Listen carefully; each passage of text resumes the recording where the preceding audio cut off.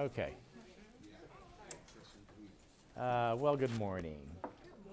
So this is going to be about operational and operations and turnaround management. Okay.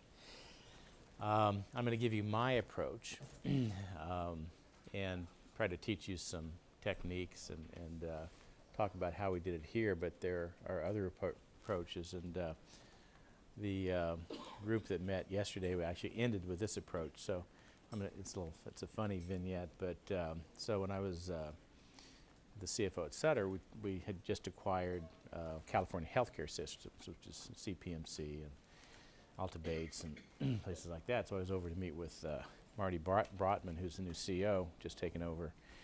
And they were, at the time, CPMC was losing $3 million a month. Okay, huge loss at that time. And the old CEO just left, Aubrey left, and they had brought in this group called the Hunter Group. Has anybody heard of the Hunter Group?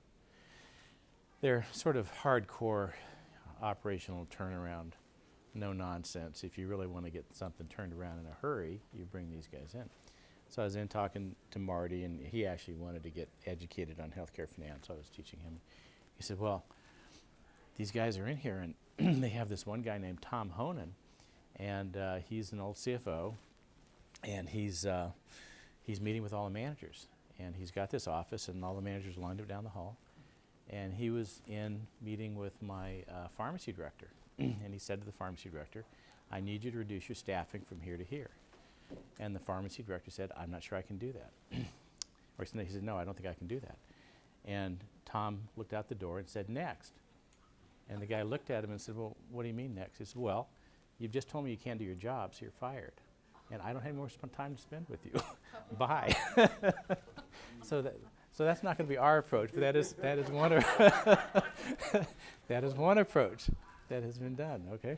So anyway, we're going to talk about how to recognize that you have a problem, which is not always that easy. How to develop a plan, communicate it, and then various, I want to give you this thing called a break-even analysis. Have anybody ever heard of that before? Okay, that's good. That'll be helpful, because that sort of encapsulates at a high level what you have to do to turn an organization around. And then we're going to talk about various elements of the turnaround plan. And this is my approach, but I think which is a little bit better than Tom's, I think, but also effective.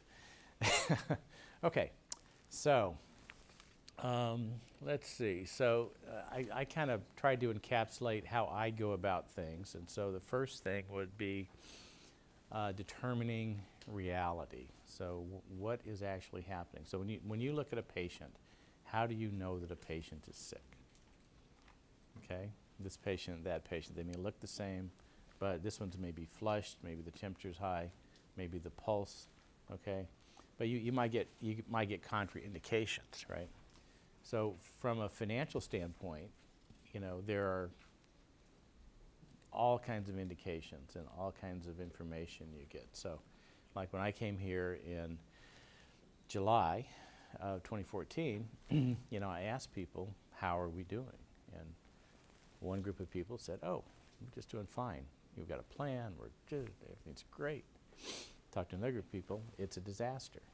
Bills aren't getting paid. We feel like we're being lied to.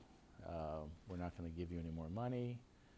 Okay, so really disparate views. And you're like, well, how can there be such disparate views over, an objective set of facts? Okay. But the reason was the financial statements were saying one thing, but then the cash was saying another. And you remember how last time we talked about how to read a set of financial statements, and over time, cash has to equal revenue, the cash we receive.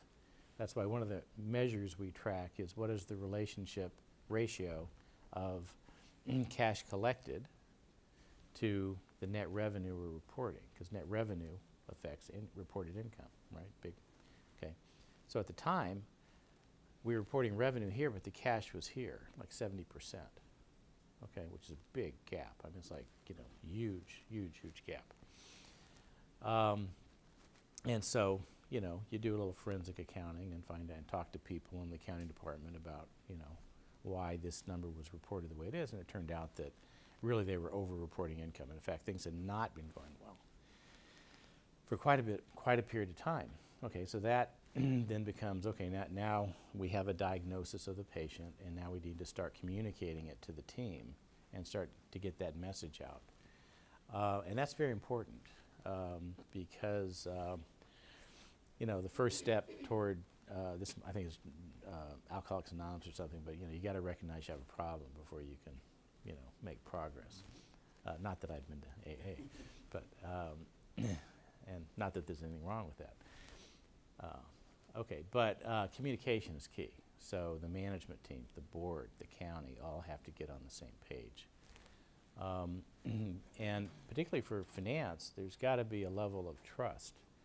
Okay, because once I'm providing, it's like a physician. A physician has to provide a lot of very confidential information, hard decisions. Trust is key. Same thing for what I do with financial information. If somebody thinks that I'm providing information that's not accurate, for whatever reason, then, they don't believe the message, okay, regardless of any other objective facts. So establishing trust is really, really important. Now, in terms of the turnaround, things I'm going to talk about are, sort of like basic controls of, what do you do when you step into a situation, and it's like the first rule of when you're in a hole. The first rule is to stop digging. Okay, so you wanna discontinue what you can. Stop the bleeding as quickly as possible. Also, it's helpful to establish a burning platform. That's when you're standing on this podium and it's on fire. Okay, status quo is not an option. Getting everybody to realize you cannot keep doing what you're doing. You have to change behavior. Developing a credible plan and implementing it, reporting on it, and then governance factors. And it's really virtually impossible for an organization to be successful unless you have good governance. Because things just break down. Okay, so that's a high-level overview of what we're going to talk about today. All right, so this is a famous quote about somebody who recognized that he had a problem and communicated very quickly and got his team organized, and they worked the problem and had a successful outcome. Okay, so I thought that was cute, one of my favorite quotes. So in our case, what we did was look at numbers like this, look at the margin, look at the cash flow, and I was able to say within a relatively short period of time that we had a problem. And all right, so this is something I actually wrote to senior management in October 2014. So I took it out of the memo format and put it into here. And this is communication. I highlight these things because these are key words. So the first thing is, okay, we had this discussion at the board retreat, number one. So it's recent. I'm recommending. So this is your CFO saying, I think this is what we need to do, but I'm not the decision maker. Okay. We need an immediate cost reduction restructure plan in order to get ahead of the current negative operating performance. Okay, so I'm clearly saying we have negative operating performance, which is sort of at that point news to some people, okay, because the perception is, oh, everything's fine, okay. I believe it is the expectation of the county, okay, the county is important because why? They hold the money because of the golden rule, expectation of the county as part of a revised interim agreement. So at the time, we're having to renegotiate the agreement. Why are we having to renegotiate the agreement? We were tapped out. Because we violated the agreement. We were not in compliance with the agreement at June 30th, 2014. So now we have to negotiate. Negotiate means we have to go back to the county and say, can we have more money? And they're saying, well, let's talk about that. Let's have a discussion, okay? So those discussions were ongoing at the time. And we will want to be able to show a plan and show some progress in very short order. All right? So these are big changes. Okay, then we said, okay, as discussed, blah, blah, blah, we're losing 2 to 3 million a month, probably. This is my best estimate at the time. Why can't I be perfectly accurate? Because we don't have reliable financial statements. So this is where I think we are, you know. But I had to keep, refining it. But it was pretty accurate. Immediate action is required. So burning platform, status quo is not an option, right? Okay. Then working our way down, over this period, total expenses have increased, blah, blah, blah, about 8 to 10% a year, okay? Unsustainable. That's over a 3-year period. 10, 10, 10, 30%. Unsustainable, okay? And that's what I said then. This is not sustainable. So we have to do something, okay? So that's identifying the problem and communicating, all right? So that's the first step. Recognize you have a problem. Okay. Let's see. Now we're gonna do some education here. We're gonna talk about break-even analysis. Again, who has heard of this before? 1, 2, 3, few. Most people haven't. Okay. So break-even analysis is all about the behavior of revenues and costs in relation to volumes. Okay, so the way this works is across the bottom on the x-axis you have volume, any volume, patient days, surgeries, anything you want, okay? And going up the top is dollars, either revenue dollars or cost dollars, okay? And the whole idea here is to come up with a revenue and a cost structure and volume that allows an organization to profit, to make money, okay?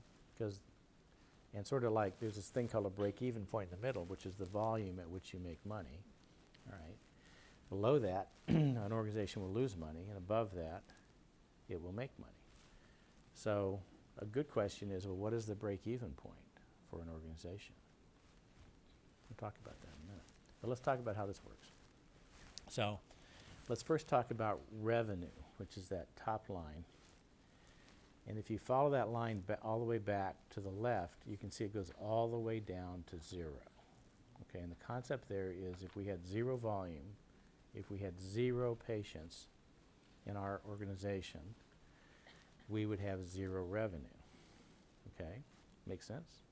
Okay. Now that's not actually true, as we'll talk about in a future lesson, because we get some revenue whether we have patients or not, which is good. Good for us. But in this case, it goes to 0 in the classic break-even analysis. Now, there are 2 kinds of costs, though, expenses. There are fixed costs, things that you have to do just to open the doors, like hire all of us, have a building, turn the lights on, okay? And then there are variable costs. Variable costs are costs that change with the number of patients that we have. Okay, so what would be an example of a variable cost? Supplies, yeah. Typically not equipment, but staffing. If we flex our nurses, if we have more, then that's variable. Now, in our organization, only about 30% of our costs are actually variable. So we have very, very high fixed costs, okay? Now, if we look at here. So if you look at fixed costs, that's here. And you can see that it doesn't change, right? With volume. Now here's variable costs. Variable costs also go down to 0 and then come up. But if you add this line to that line, it looks like this, total cost.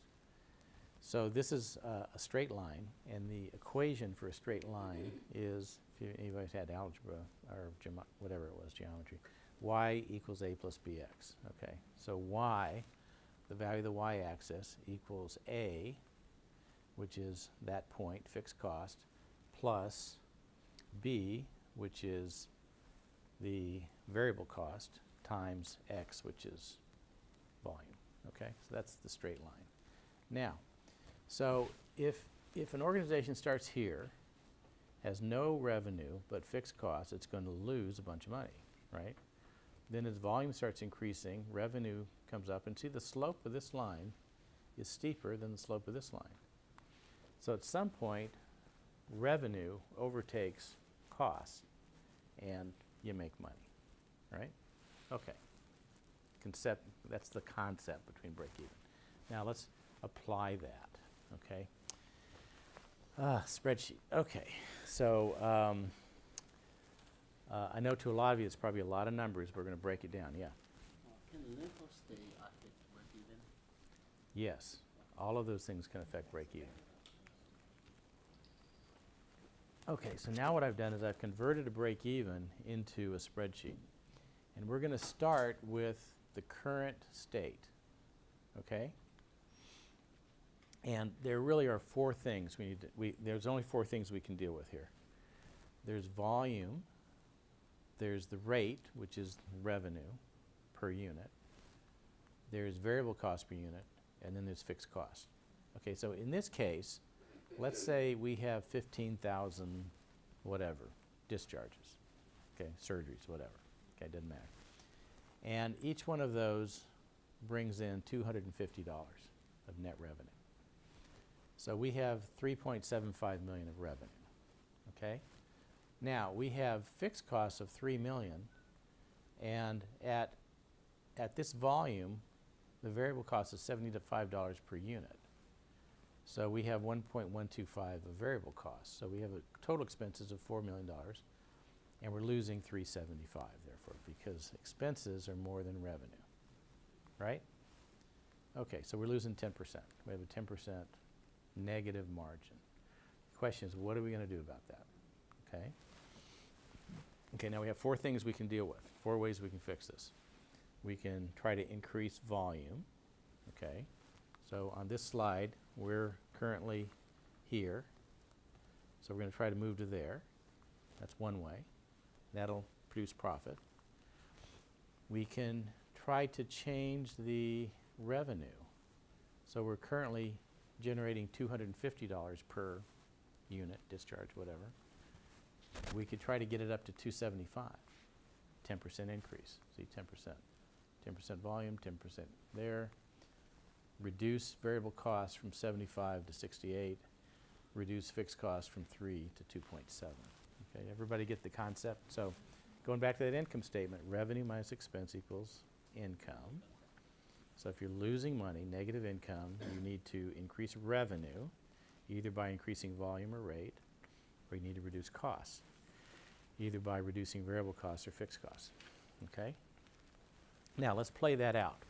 So we have four things. So I have four different fixes, 1, 2, 3, 4, and then I have one where you do all four.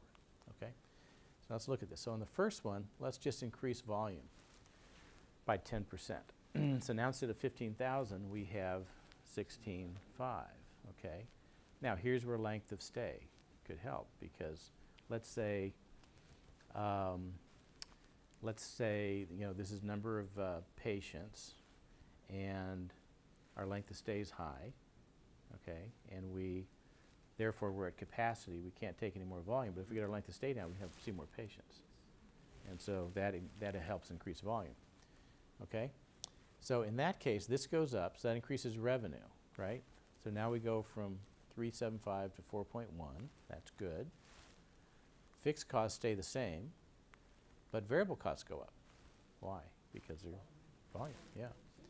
So we haven't quite got there. We've improved by 262,000, okay, but still losing money. All right, well, what if we didn't get the volume, but say, we're just going to increase our rates by 10%, or do a revenue cycle improvement program, and we can increase our revenue because we're just leaving money on the table. So that goes up 10%. Well, we get the same revenue as a volume increase, right? But variable cost doesn't go up. Why? Because the volume didn't change, right? Now we're at break even. Okay, that's enough. That's actually better, and that improved at 375. Okay. Well, what if we said we can't do either of those, but we're gonna get more efficient. We're going to have a productivity redesign. We're going to tighten the staffing standards, okay? And therefore, our variable cost is less. Okay, well here, the revenue doesn't change. Variable cost goes down a little. Fixed costs stay the same. So we've improved by only 112,000, so we're still losing money, right? So that was okay, but it didn't really get us that much. And then what if we said, well, you know, let's just go take fixed costs out. We have 10 vice presidents running the organization. Maybe we can do it with 9, you know? Just take some of the cost out. So that is worth $300,000. Doesn't quite get us there, right? Okay. But what if we did all of those? What if we did everything? We said, okay, we're going to deal with volume, we're going to deal with revenue, we're going to deal with all of our expenses, including fixed, okay? Well, the volume goes up, you get a better yield, now you're up to 4.5. You do get the cost decrease, which is helpful, but you know, not that much. I mean, this is 300,000 in total on, well, it's actually more than that, but so 3.8 million, that goes down. Now we're making money. Now we've gone from losing 10 to 16% by doing what? All 4, having a comprehensive performance improvement program rather than just one thing. Okay, all right.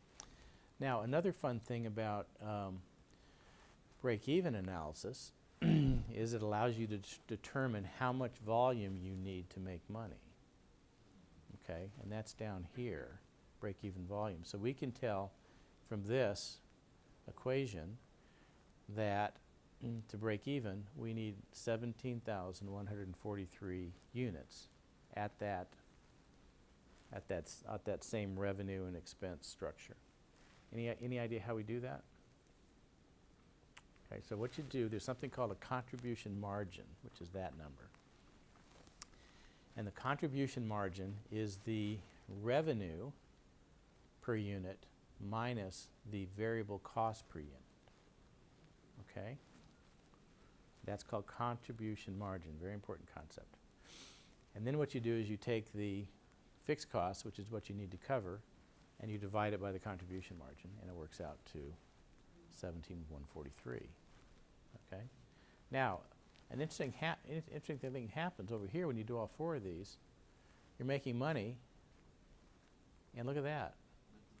The break-even volume dropped to 13,000. So we can make money on lower volume. Very important to know. Okay? So we are making money on actually more volume, but a good example is San Leandro Hospital. Okay, San Leandro Hospital was losing, actually this is very similar to, Alameda Hospital. This is very similar to Alameda Hospital. They were losing 10%, now they're making money on slightly lower volume in some cases. I mean, I just actually met with the district board last night and had that discussion with Dr. Deutsch, but well, I mean, the funny thing, yeah, I know. The funny thing there is that the emergency department visits are up, the admissions are up. There's a couple things that are down. Surgeries are down, maybe 10%. Okay, I'm just looking at numbers, the numbers I see. So. Okay, all right. Okay, all right. But they're making money. Anyway, it's a discussion. But anyway, so everybody gets that. Now, let's say we're over here, okay, and we have to make a decision about what we're going to do, okay?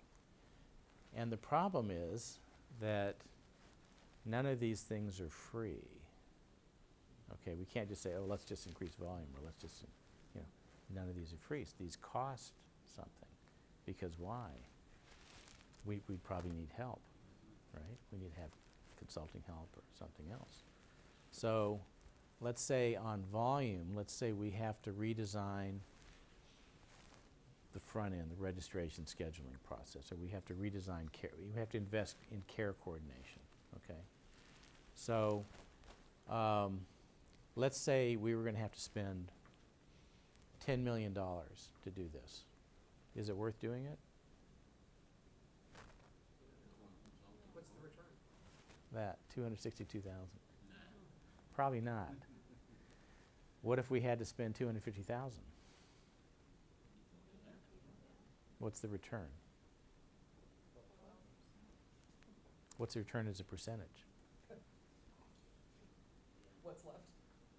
But would No. the return last if you got it set up? That's the would the return key. last? That's the key. You spend the fix once, you get this forever. So the return's 100%. 100% year after year after year. That's a very good return. In fact, even if you had to spend 500,000 to do that, you would probably do it. Okay? Or what about the revenue cycle? How much would you spend to fix that? A lot. You'd probably spend $1 million for that, because that's the payback is 3 years. Payback is the gain divided by the cost. How quickly do you get that back? And usually, usually you're looking for 1 to 2 years. You'd probably go out to 3, but you may not do four at this point. And similarly for these things, okay? So that's just how you approach this. Now, in our case, we said, okay, volume, we're going to work on ourselves. We can do that. Revenue cycle, we need to invest in. Costs, we had, I'll show you what we did on costs, and that costs some money too. Okay, so, all right. Okay, any questions so far?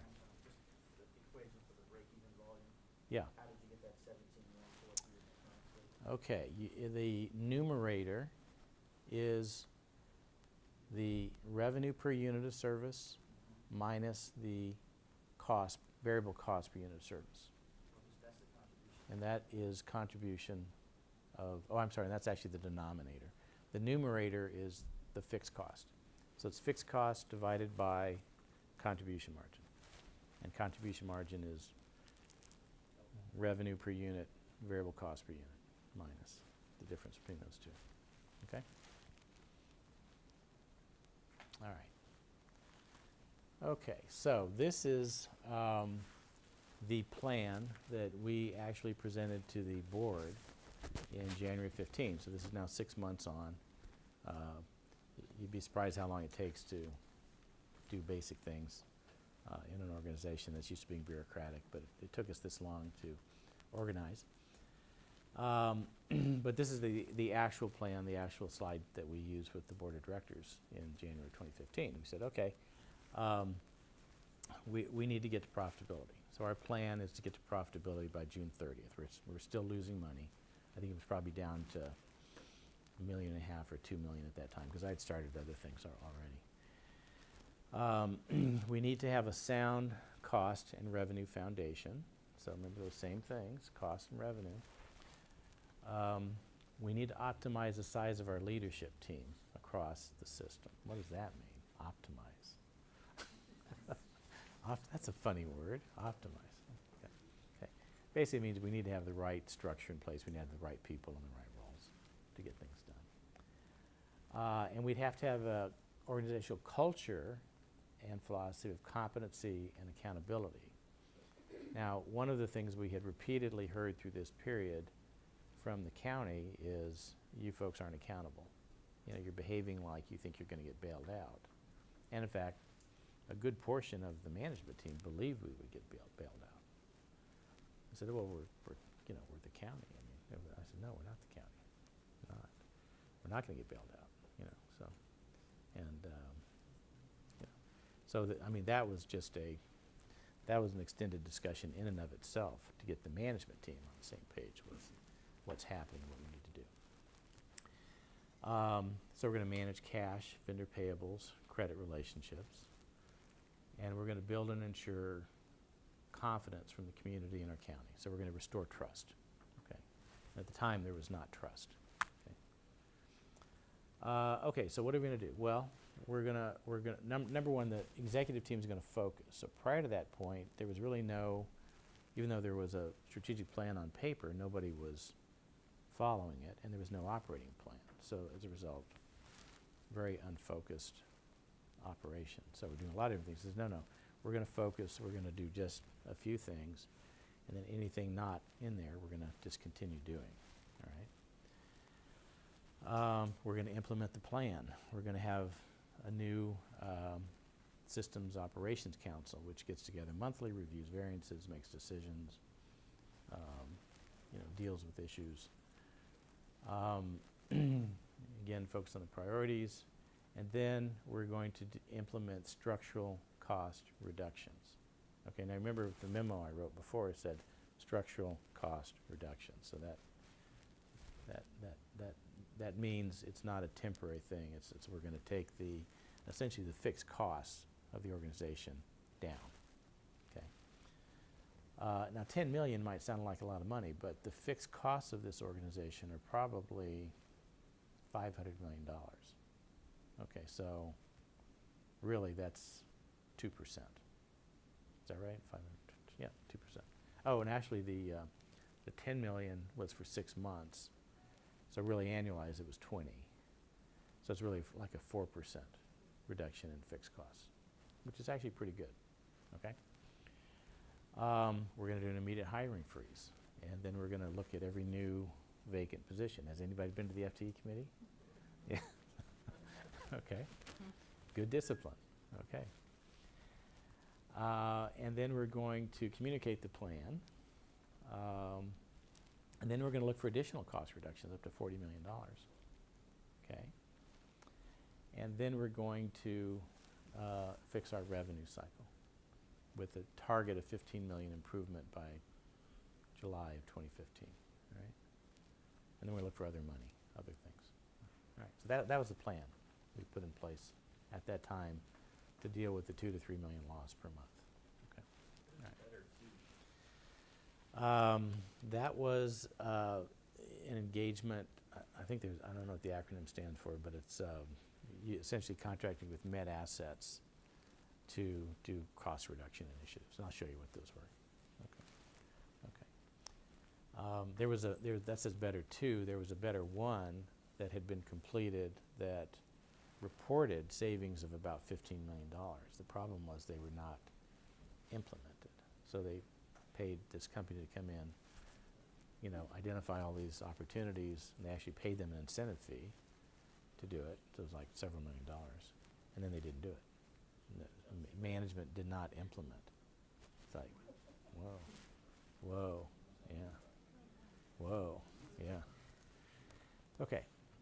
So there were perceptions that accountability was an issue. Okay. All right, so what did we do? Well, let's see. Okay, so one of the first things we did, and this actually took until February of 2015, even though I raised it in like 6 months earlier. This is the, you're in a hole, stop digging.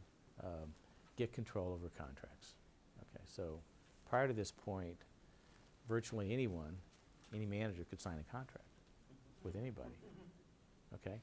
And often, we wouldn't find out about it until some vendor called 6 months later and said, hey, how come I'm not being paid? And we're like, paid for what? Well, I've got a contract. I've been doing these services. We hadn't even received the invoice yet. Nothing. So that was a problem. So we said, okay, new policy. New policy is there's only 2 people who can sign a contract in this organization, me or Delvecchio, period, nobody else. That caused quite a consternation, even at the executive level, because you had other executives saying, well, wait a minute, I'm a C-level executive, I should be able to sign contracts. And we said, no, because we need to track them, we need to make sure that everybody knows what we're doing. Now, we also went in and looked at the signatory policy on who can authorize expenditures. So signing a contract is one thing, which only 2 people can do. Any manager has a certain limit that they can authorize expenditures that have already been contracted, or they're in your budget or whatever. Okay, so we revised that, and so we knew who could do what in the organization. So that's like the first step of putting some accountability in place. It's like be very specific about who can do what, who can bind the organization, who can authorize expenditures.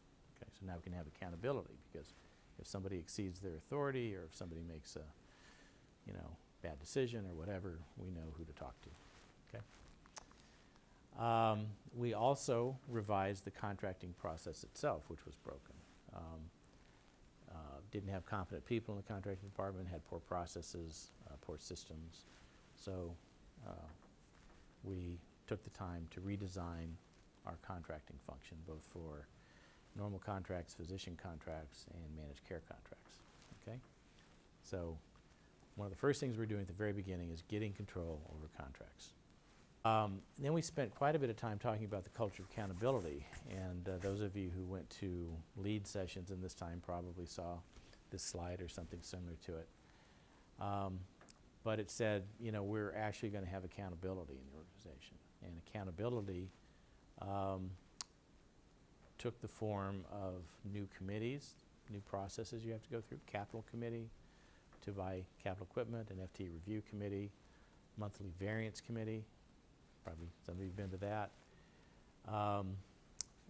one-on-one leadership mentoring in certain cases, and at the bottom, annual leadership performance measurement will include a financial metrics component, and leaders who do not achieve budgets will not be eligible to receive a raise. So there was a threshold established on your performance reviews that said, if you don't manage your budget, unless you have some type of exception, you're not going to get a raise. Okay. Now, we don't currently have an incentive system, okay, which is like a carrot.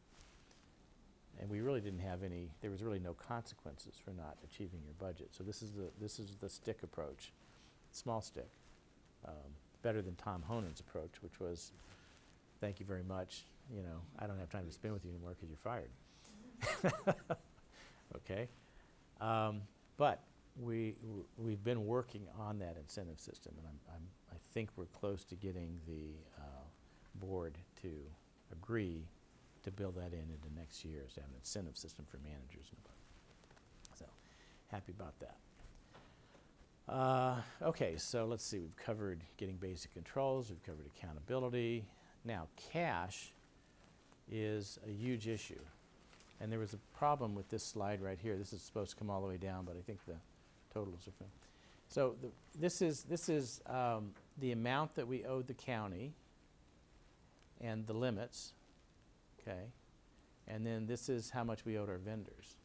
So the normal level for this is about $10 million or less, okay? And we were up to $30 and $40 million. And these are the same time periods. So July, right there, those same time periods. Now this looks like we have a little bit of room, but in actuality we don't, and we don't because of a couple of reasons. One is this is a weekly calculation, and so there's different balances during the day. And the other is there's a timing difference. Okay, so this is our calculation of how much we owe, but the auditor does his own calculation, and we get notified of our receipts before he does, like 2 or 3 days.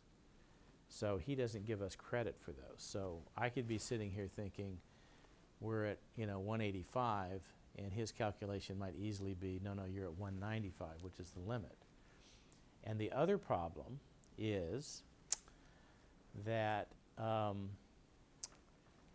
the county auditor really did not want to be in a position of saying no when I asked him to fund payroll. Now, why would that be? It is illegal, but it's not illegal for him to say no to me. So it'd be illegal for me to let you work without me knowing that I could pay you. But he's not your employer, he's just the banker. So it's not illegal for him. But what would happen to him if he said no? People would be upset. People would be upset. People would miss their rent payments, their mortgages. Wouldn't be able to buy groceries.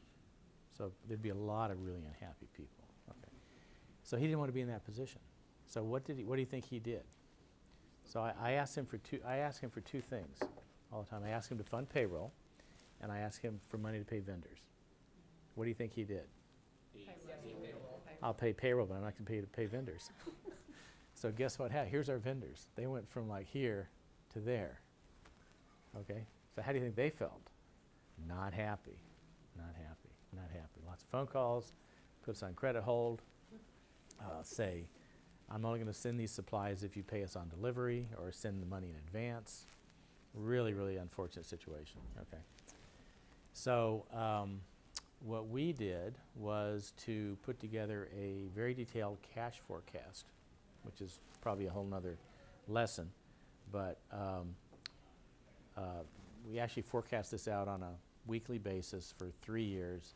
We included all cash, payroll, AP, revenue coming in, supplemental reimbursement on exactly when it was supposed to arrive. And we said during this time, right here, that, okay, go with me, but by the time we get to June 30th of 2015, we will be in compliance. We will have the debt down below $150 million. Okay? And in fact, it bounced around quite a bit, but then nosedived, boom, right there, 137. So, happy. Since that time, we're then able to go into this new year, and we had, I was able to forecast this. I'd be able to say, okay, we're going to the new year. It's going to run up. Around December, January, we're going to hit our peak. Okay, which it did. But it will be okay by year end. In fact, here's where we are right today, and we expect to be about 110. So the ability to, number one, do a detailed forecast, but then also gain what? Trust. This is where trust really, really makes a difference, because they're betting that we know what we're doing and we're not lying to them. Because if we'd come to the end and not hit that number, then it would have been, a really bad situation. Okay. So that's cash management, very, very important in a turnaround. Now, another part of going back to the break even, revenue. Okay, collect revenue. Remember I said over time, cash has to equal revenue. And if you don't, then revenue will come down. So what I wanted to see was an increase in revenue. So when I started, here's what we were collecting. We were recording about $25 million a month in revenue, but the cash was down here like this. Okay, so that's like a disconnect. That's like the patient saying, "I feel fine," but it's got a temperature of 105. That's okay. So we worked on that. And as you can see, we made progress during 2014. We carried that through to 2015, and then the black is this year. So we're doing pretty well on cash. Okay, so how did we do that? Well, we had a comprehensive revenue cycle improvement program. Okay, so when I showed up, there was a proposal that the board was about to approve for a revenue cycle redesign that was going to cost $25 to $30 million. Okay, and I said we just can't afford to do that. I think we can do this largely ourselves. We need some consulting, and so we rejected that offer. We started our own program. We did use some consulting. We've probably spent about $4 million so far. But we've had really, really good results, as shown by cash and as shown by all these metrics. Okay. Let's see. So these are some of the things we did in the billing department, which we call PFS, Patient Financial Services. We completely reorganized it. We went paperless. Before, everything was paper and you couldn't find anything. We implemented a denials unit. So in this organization,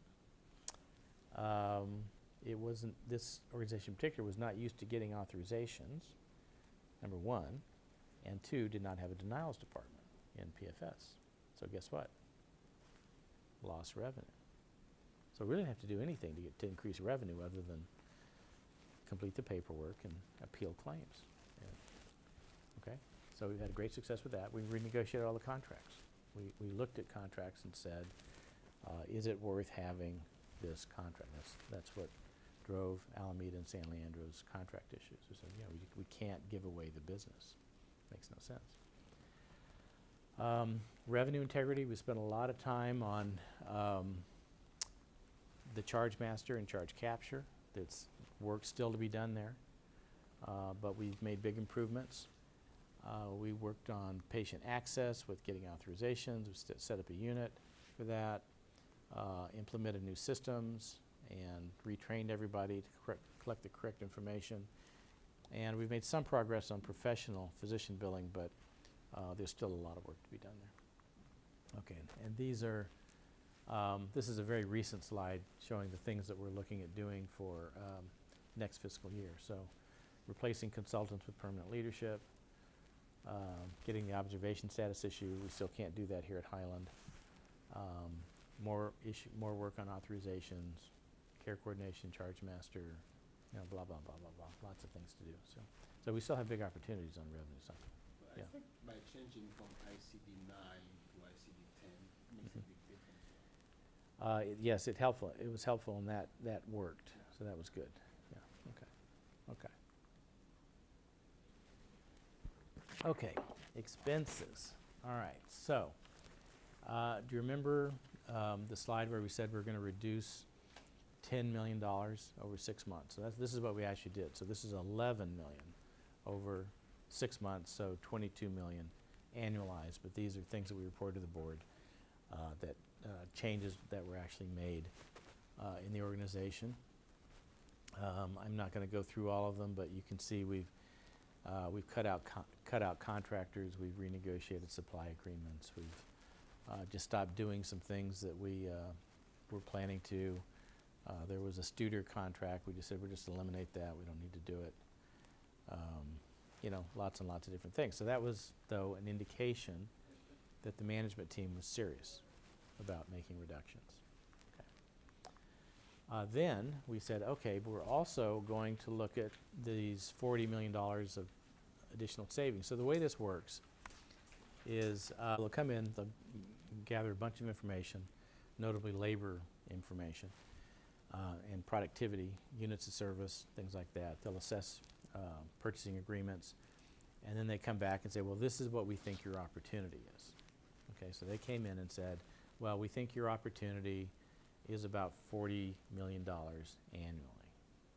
Okay, now, if you go through the detail of that, there are some pretty, big changes, because you don't get 40 million just by, just like that. I mean, you'd have to make real staff reductions. And one of the things we've tried to avoid is layoffs, because, actually at this time, one of the things we were thinking was, gee, we might have to lay off 200 or 300 people, like, within a month.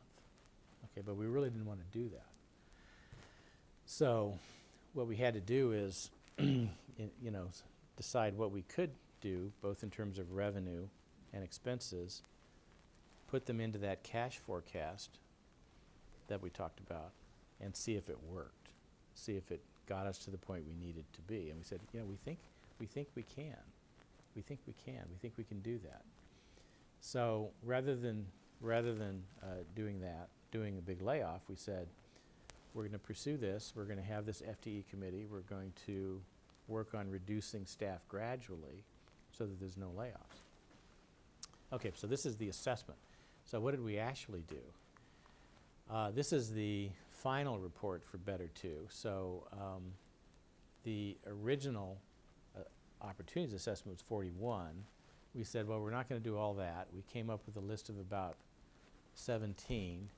But we said the only thing we're going to build into the budget is 8.8, okay? Because, you look at a lot of these and we could do them, but it would just cause so much pain or just not be the level of service that we want to maintain, so decided not to. So that was the target, and this is what we actually achieved last year, annualized savings of about $12 million a year.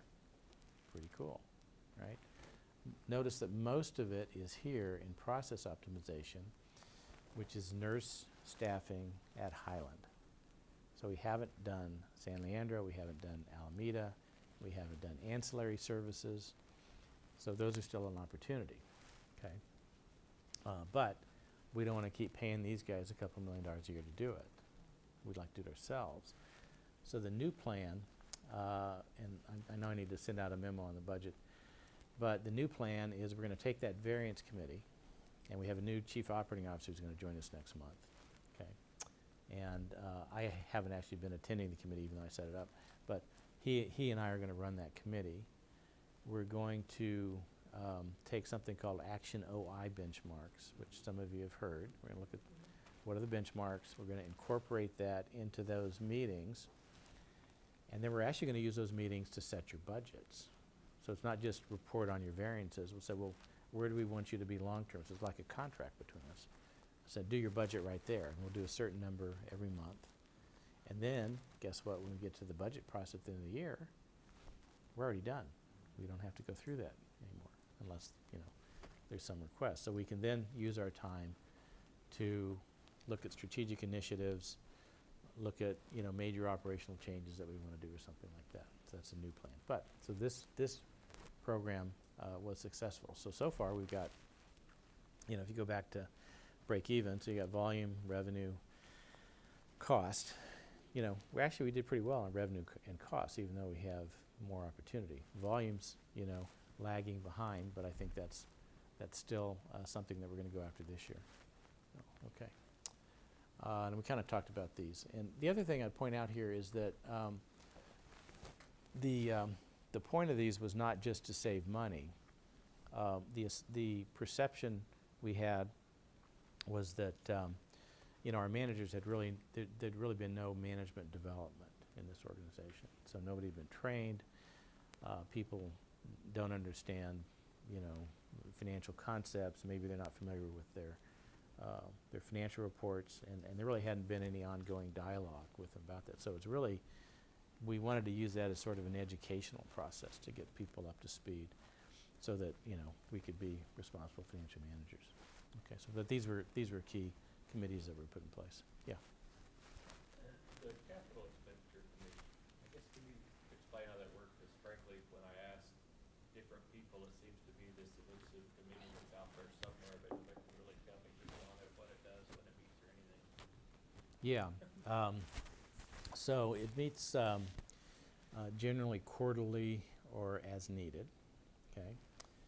The primary purpose is to allocate the capital budget to big areas and then to decide the detail behind it. So, for example, next year we have a $30 million capital budget, and we had requests for something like $60 million. Okay. Among information technology, equipment, facilities, and strategic initiatives. So the first function of that committee is to say, well, in big numbers, how much are we going to give IT? How much are we going to give equipment and facilities and other stuff? Okay? Well, I guess partly I was thinking of what I've seen other places, capital committees, Yeah. monthly to talk about capital equipment, different pieces. Yeah, So okay. that's not necessarily. Well, no, we're getting there. So at a high level, you set the allocation, and then what we do is we have individual, the individuals responsible for those. So Dave Gravender will come in and say, this is why I think I need, so much money for IT, or given that I only have this amount of money, this is where I'm going to spend the money next year, and then we kind of debate that. Okay, and then we can we can deal with individual purchases during the year. We probably haven't been as disciplined there as we need to, just because we have only so much time in the day, and I wind up just deciding what to buy. So it just comes across my desk and I just do it. So. Okay, so that's what it does. All right. Okay, we're doing pretty well. Okay, so now we're talking about governance. So the board. So as I said, really difficult to have a successful organization without a good board. So, our communication with them is critical. This is one of the slides that we used, that we said, okay, the management team has met, we've got a plan, and this is our commitment to you. We're going to institute a culture of accountability in this organization through all the things we talked about. We're going to focus on our strategic priorities, and we're going to achieve a 5% EBITDA margin. We're going to improve certain key ratios, and all the business units are going to improve, and we're going to assess the risks of our plan and have contingency plans in case it doesn't work out. And we're going to give you a budget that's credible and you can believe. Now, believe it or not, they didn't trust us right away. Okay? In fact, I think it's only been in the last couple of months that they have. There's a lot of skepticism there, tremendous skepticism. So, for example, they said, well, we don't think it's ever possible. How could Alameda Health System ever produce a 5% EBITDA margin? It never has, and with the business we're in, it's just not possible. And we said, wait a minute, first of all, now look at these headings. Volumes, revenue, the volumes, revenue, expense, more revenue. Okay. Familiar concepts? Break even. That's where it comes from. Okay, I said let's look at volumes. Okay, we know we have access issues. How do we know? Because people tell us. They said we can't get our patients in your hospital. We had a board meeting a couple weeks ago, and Dr. Barbaria came in and talked about her clinic up on K6 and said, we had this good results and boom, boom, boom. And well, how'd you do that? So, we assigned somebody to answer the phone. We assigned somebody to answer the phone, and the volume shot up. Okay? Yeah. So we know we can do that. There's still access issues. We said with revenue yield, we think we can do more. We think we're not at 100%. We can do more on revenue. We think that supplemental reimbursement's an issue. We'll talk about that probably in the next meeting. And there's additional cost reduction opportunities: productivity management, purchase services, consulting, organizational design, and we're gonna potentially shift our economic model. That's where we're gonna come back to that revenue line instead of it going from 0 up, it's gonna be up here and be sort of flat. Okay, more like a Kaiser model. I'll tell you. Don't worry about that now. I'll tell you about it later. And then some other potential gains here. Okay. So we gave them this. This is the budget we gave them at the time. And the way to read this is you guys can now read an income statement. So you know to look at revenues and expenses and income, right? Right? Okay. So what this said was in 2014, this organization lost $41.5 million. And even in 15, they had a budget of 10, and they lost 27. Okay, so they weren't really close to budget, were they? I didn't do that budget. They lost 27. And then we said if things continue on the track we're going, in 2016, we're going to lose $58 million. Okay, and probably be out of business. Or, no, actually, it wouldn't go out of business. What happened is the management team would be fired, so I wouldn't be here. I wouldn't be here talking to you. But somebody would step in and take over the hospital because it has to be here. But we said, okay, well, wait a minute. Here's what we're going to do, though. We're going to have these cost reductions. Remember that $20 million I talked about? That's what that is. We're going to, at this time, we said we're going to pursue $40 million of cost reductions and $23 million of revenue cycle improvements. And that's some other things. This is kind of a one-time adjustment. And therefore make $25 million or a 3% margin or a 5% EBITDA margin. So this is we're going to get a 5% EBITDA margin in the year we're in right now. And they thought we were smoking something. They really did. But we said, no, we're serious. Now, the way the final budget worked out is we only got about $12 million here, and this went up by about 50. So it shifted because as we went through it, we couldn't get agreement on the expense reductions. And we are in fact coming in close to here. So next year, now we're going to the next budget, and we're saying, okay, we're going to do a little bit better. And what do you think the board is now saying? They're saying, okay, we know you can do 5%. You need to do better. But they said, but we don't want to hear about revenue cycle. We want you to do it with expenses. Which is, because expenses are harder, aren't they? Expenses are much harder. It's much easier, having done a lot of turnarounds, it's much easier to do it with volume growth or revenue cycle improvement because it doesn't everybody likes to have more revenue. Everybody's happy about that. But if you have to come in and cut your way out of it, which is what Tom Honan did, it's, you don't have a lot of, it's really disruptive. It's really disruptive. So, Is there still room for improvements in the revenue cycle, though? there actually are, yeah. There's a lot. Back on that list, Surprising Yeah, look at this. There's a lot of opportunities in the revenue cycle. Well, yeah, I know you can look at it that way, but from their perspective, what they keep hearing from the county is, you know, we've seen this before. This is boom or bust. They're just gonna add expenses, and you need constant diligence to keep that from happening. You know, so the perception is still out there that, you know, it's sort of an irresponsible, unaccountable organization. So, but we're working on changing that. So, okay. Let's see. Okay, so this was the, remember I said the management team's gonna focus for the first time? So this is what I did at the beginning of the budget process the prior year, is I said, okay, look, we need something to guide the budget. Because right now it's just everybody's just doing everything. We can't.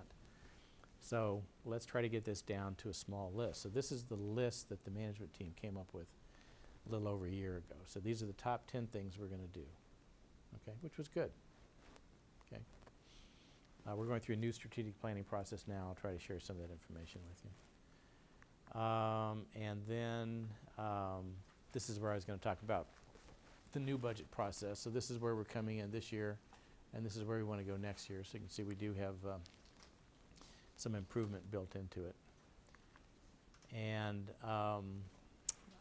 this is, the reason I put this in here is plans don't always work out, and you need to adjust. You have to be able to adjust. So we had to have a kind of a risk mitigation strategy. And so we said, well, you know, if the revenue doesn't get here, then what are we going to do?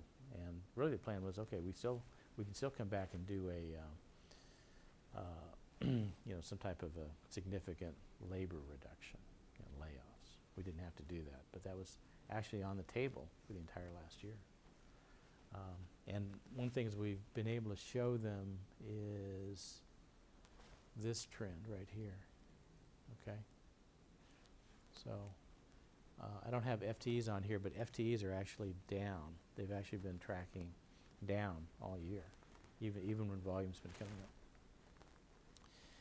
up. And so the results, this is for 6 months, so it'd be like July through December of, you know, this fiscal year versus last fiscal year. So we had a 7.6% increase in revenue, supported by cash this time, and expenses went up 2.8% a year for that year. Prior year, they'd gone up 10%. So we largely reversed the expense growth trend and started bringing it back down. So the profitability jumped from here to here. At the time, we had 2.7. We're up to about a 4% EBITDA margin right now. And here's where you can see that the prior year, we had 3,965 FTEs. At this point, we had 3,896. I think right now it's like 3,900. Okay, so pretty good. So, but that's not a layoff, right? That's good. Okay. And here's the latest summary. We said this is as of April, or for the month of March and April. 9 months. Profitable, pretty good EBITDA margin. Cash collections have been great. Blah, blah, blah. Permanent agreement. No longer have an interim agreement with the county. We now have a permanent agreement with the county because they came back and said, we like your plan. So it goes out through 2034, so it's a 20-year agreement. And we're in compliance. And we've got this budget process going. Okay, oh, here's the FTE trend. So you can see this is where it was in July. See it, even then it was running up, and then we've been working it back down through there. Okay, and here's the revenue trend. Boom, boom, boom. Okay. Okay, this is the last slide I have. I love this quote. I found it to be true. Okay. Questions? Yeah. I saw on the slide there was something about, something with Sarah. Yeah. Department 13. Yeah. So we're looking for. Is that there? No. There. Okay. So this is kind of under the heading of assessing long-term opportunities. So, you know, one of the things I've been doing is sort of digging in and, you know, what is the, you know, what are the opportunities? So one thing is we have really high benefit costs. And the question is, well, why is that? And a large number of our employees are still in the ACERA, which is the county pension program, Alameda County Employee Retirement Association, along with the police, the county employees, judges, things like that. Okay.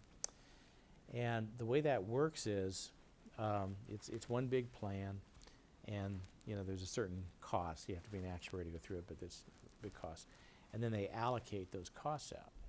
So the amount that we're allocated every year is about $50 million. Okay. And that's up from, you know, probably 20 million when it started, so it's grown. Okay. Well, one of the things we've realized is that the sort of the composition and the nature of the employee, our employees versus everybody else, is different. And really, a lot of the cost is being driven not by our employees, but by the county employees, okay? But they've never changed the allocation methodology to reflect that. So they're essentially over-allocating those costs to us, making us pay for them, okay? So our point is, well, wait a minute, that's not right. You know, we should, you know, we're happy to pay our fair share, but really, somebody else should be paying for that. And the amounts are like probably $8 to $10 million a year. So it's significant, it's worth doing. So what we're doing is putting together our own argument that we'll make to the board of ACERA, saying, you know, we want to get charged less. And so from a ACERA standpoint, they said, okay, fine, but that means we have to allocate to somebody else. Well, who? Who do you think that is? The county treasurer, the same guy that lends us the money. Yeah, so I'm like, Steve, dude, you know. So, you know, but the point is, you know, 8 to 10 million a year is, you know, we're under a lot of pressure to perform, adjust expenses, get them appropriate. So we're saying, okay, we're looking at everything. This one is inappropriate, so we should be paying less, and going forward. And also, we want to recapture what we've overpaid going backwards. So if we did that, and it's about $50 million, we wouldn't actually get that in cash. Because where does all our cash go? To the county, yeah. So what would happen is we would get a credit against that loan, and it would drop from 110 down to 60. Ooh, that would be really exciting. This other one I think I talked about, which is the capital cost reimbursement. I think I talked about that last time, about getting capital costs, and that's worth probably 10 to 15 million a year. So, okay. Other questions? Okay, have the classes been good so far? Okay. Are there any other subjects? We're probably going to dive into revenue next time, and probably finish with strategic planning. I kind of do this up on Saturday and Sunday while I'm watching TV. So, but if there's any other subjects you want to hear about, I'm happy to do it. Okay. Actually, I'd like more information, well, maybe it'll be coming out in different forums, but about the plan to change the budget process. Yes. Yeah. Okay, I can do that because I need to write that up anyway. So, okay. And it sounds interesting and a nice switch from how we've been doing it. Yeah. Which is Yeah. painful. It is. It's painful for. Very time-consuming. It's painful for everybody. It's like Yeah. it's just like, well, and then it's like, you know, then I say no. You know, it's just like, you know. No, I mean, really, you do all this work, and then I get it, and it says, okay, the organization wants to spend $100 million more, and I said, well, you know, I'm sorry, we can't do that, but we've got to have a better process. There's got to be more. Yeah. But I like that, the way that sounds, though, you know what I mean? Yeah. It's just this ongoing Yeah. process with benchmarks, which always helps. Yeah. Right. Yeah. Okay. You had mentioned using the Action to Y. Mm. I've heard it again some since I've been here that Action to Y is maybe kind of here, but I'm still unclear on whether it's here or are we going to be re-implementing, because typically they come and ask me a lot of questions. We talk about who my Yeah. comparables are. Yeah. Yeah. Have we done Yeah. that, or are we going to do that? It's here. I'm not going to say it's perfect, but I think it's the dialogue that's most important about it. That we have something, we start here and just, you know, Where make it happen. Fisher is in charge Is he? Okay, Ray, okay, yeah, okay. It's a little lacking. So Yeah, I- it is. I've been filling out action Yeah, data for yeah, the yeah. ED for years, and to be perfectly honest, I don't think I've filled it out the last like 2 quarters. Right, We can't get reports, you have no idea who your compare group is, and trying to tease that information out Yeah. it's Yeah, difficult. it's difficult, yeah. It seems very, almost secret, and I don't Yeah. know why. We should be really transparent about who our compare groups are. Sure, and yeah, what kind of yeah. benchmarks we're aiming for, but Yeah. it's not, I think there's a lot of room for opportunity to use that in a. Yeah, yeah, okay, good. I know in respiratory care, there are only a certain, there's probably 8 pages, 9 pages worth of data that they want you to submit. But of those, the ones that are asterisks, you have to, and there are only like 4 of them. So, how robust is that gonna be if the minimum default is 4? You know, is it worth our time? Is it gonna give us back, I mean, you can go through all the calculations and get the numbers, it's really time consuming. Yeah, I mean, I think we're using it just because we have to have something and it's here. It doesn't mean that we're gonna be strictly driven by those numbers, but we do wanna have a dialogue about, you know, how everybody's staffing and why, and, you know, 2 things, the EBU. yes, I recently have a new position and I started getting reports and everyone I talk to say, oh, just ignore it, it's not a report. I'd love to know, actually have to look at it, fix it. okay, And then with the OB status, that was stalled, we're actually implementing OB status on our unit. Uh-huh. We're in the final phases of, terrific, yeah, so okay. we're gonna be the guinea pig. I love it, I love it. Okay, thank you very much. Have a good day. Thank you. Yeah. Oh, thank you. Hey, it's my pleasure. Thank you very much. Thank you. No, I learned so much. Thank you. Oh, good, okay. Good, thanks, okay.